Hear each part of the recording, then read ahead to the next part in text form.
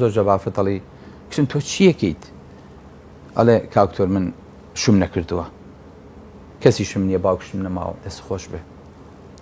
شا ئەو تەکلیفەی خسوێتە سەر باوکت، سەر برات، سەر کەسێکی تر، سەکەوتە سەر شانی خۆت. خۆی گەورە پاداشی خێرە باتەوە. تۆ بە دەوری ژن و پیاویش هەڵەسی، بە دەوری دایک و باوکیش هەڵەسی. ئافرەتێک مێردەکەی مردووە کۆمەڵایەتی بۆ بچێ ماوە.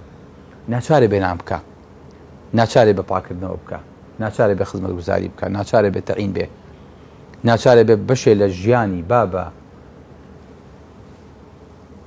پاروێنانێک بە مناڵەکانی پیاکە دوای پێکەوە بێن بیخۆن.